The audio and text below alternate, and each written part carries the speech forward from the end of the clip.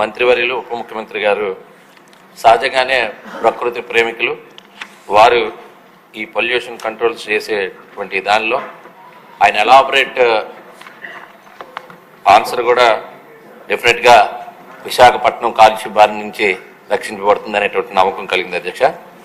ప్రధానంగా అధ్యక్ష, ఈ బౌల్ ఏరియా ఏదైతే అన్నారు, విశాఖకి చుట్టూ ఉన్న కొండలు ఎంత ఆహ్లాదకరంగా ఇస్తుందో అదే ఈరోజు ఏవైతే పూర్వపు పారిశ్రామిక వాడగా ఇప్పుడు ఆ బౌల్ ఏరియా ఏదైతే ఇప్పుడు మెన్షన్ చేశారో మంత్రి గారు, ఆ ఏరియా అంతా కూడా మా నియోజకవర్గం పశ్చిమ నియోజకవర్గంలో ఉంది అధ్యక్ష.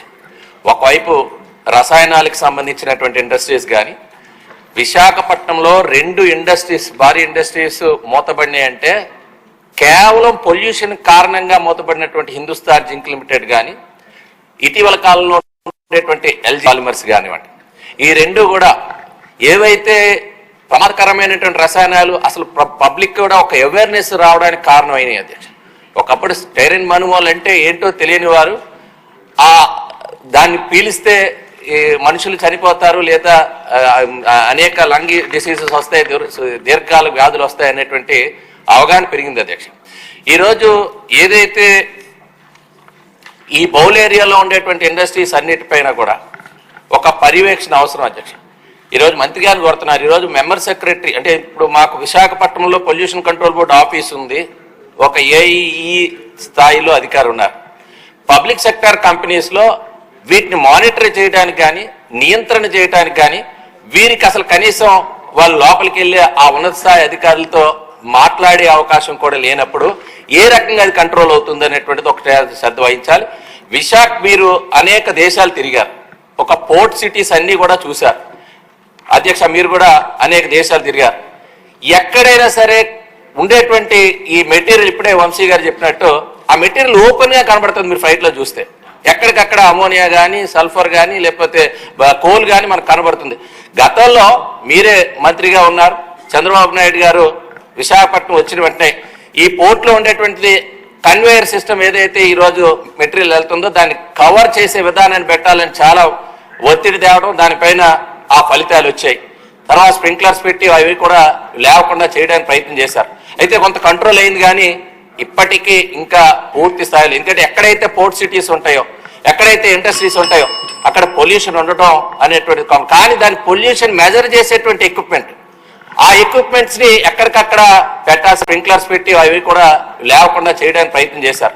అయితే కొంత కంట్రోల్ అయింది కానీ ఇప్పటికీ ఇంకా పూర్తి స్థాయిలో, ఎందుకంటే ఎక్కడైతే పోర్ట్ సిటీస్ ఉంటాయో ఎక్కడైతే ఇండస్ట్రీస్ ఉంటాయో అక్కడ పొల్యూషన్ ఉండటం అనేటువంటి కానీ దాని పొల్యూషన్ మెజర్ చేసేటువంటి ఎక్విప్మెంట్, ఆ ఎక్విప్మెంట్స్ ని ఎక్కడికక్కడ పెట్టాల్సిన అవసరం ఉందా అధ్యక్ష. ఇప్పుడు మంత్రి గారి సమాధానంలో జీవీఎంసీకి 15th ఫైనాన్స్ నుంచి 129 కోట్లు కేవలం పొల్యూషన్ కంట్రోల్ చేయడానికి మరి కేటాయించారు.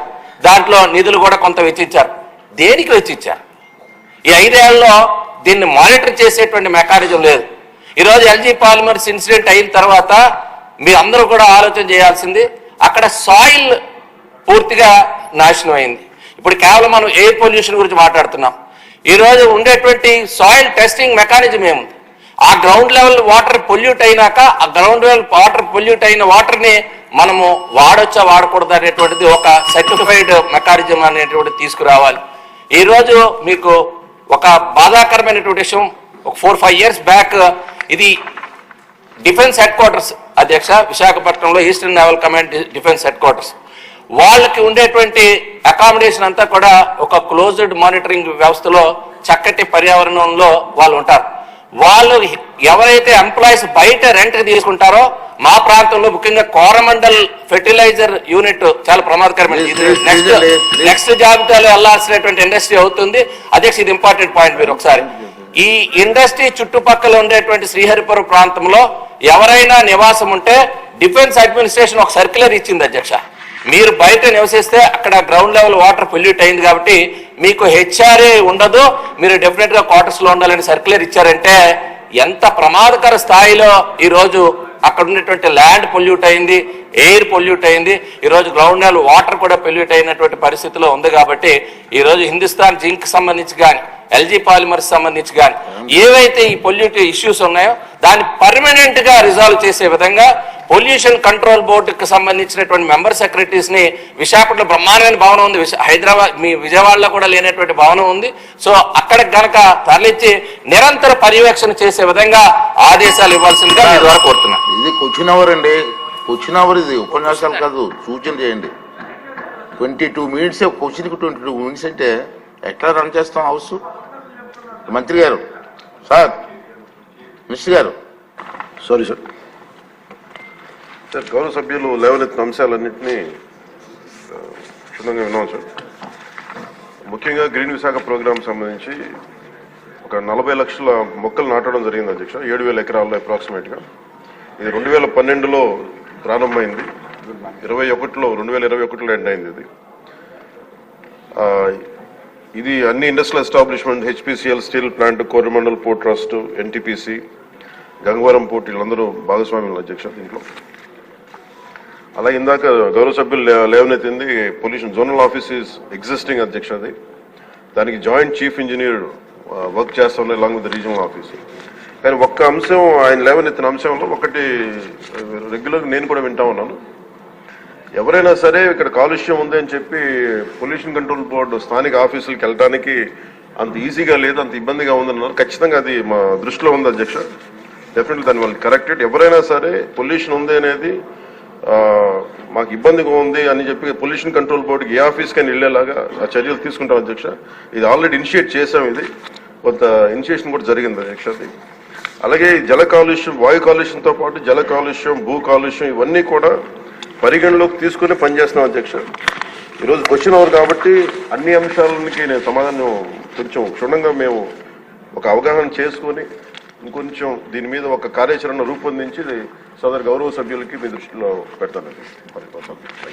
మంత్రి గారు, నా సూచన ఏంటంటే విశాఖపట్నం మీ నగరం మీకు ఇష్టమైన నగరం అంచేత అక్కడ సభ్యులు చెప్పింది మాత్రం వాస్తవం, మీకు కూడా తెలుసు. మీరు ప్రత్యేకంగా ఒకసారి వచ్చి ఇన్స్పెక్ట్ చేస్తే బాగుంటుందంటే నా ఉద్దేశం. కాకపోతే మనకి ఏముందంటే ఒకసారి అన్ని సంపూర్ణంగా అవగాహన చేసుకొని ఒకసారి, ఎందుకంటే భౌతిక ఒకసారి వెళ్ళి ఇవన్నీ అనుబంధంలో ఉన్న డీటెయిల్గా ఉన్నాయి సార్, ఎనెక్చర్లో డీటెయిల్గా ఉన్నాయి, ఒకసారి చూడండి. అలా కాకుండా నేను సభాముఖంగా ఈరోజు మాటిస్తున్నా అధ్యక్ష, నేను ప్రత్యేకించి దీని భౌతిక పర్యవేక్షణతో పాటు అన్ని చేస్తాను ఖచ్చితంగా. ఎందుకంటే మన తీర ప్రాంతాలని, ముఖ్యంగా మన విశాఖ నగరాన్ని కాలుష్యం నుంచి కాపాడాలని నిరంతరం తపన పడే వ్యక్తులు నేను ఒకడిని. ఖచ్చితంగా ముందుకు తీసుకెళ్తాను అధ్యక్ష. ప్రజలకు క్షేమకరంగా ఉండేలాగా ఇది వాయు కాలుష్యం నుంచి, జల కాలుష్యం నుంచి ప్రజలు రక్షించేలాగా చర్యలు తీసుకుంటాం అధ్యక్ష. అది భౌతికంగా అది నేనే ప్రత్యేకించి సంబంధిత అధికారులతో ముందుకు తీసుకెళ్తాను అధ్యక్ష. Thank you. Question number 80 RNB మంత్రి గారు.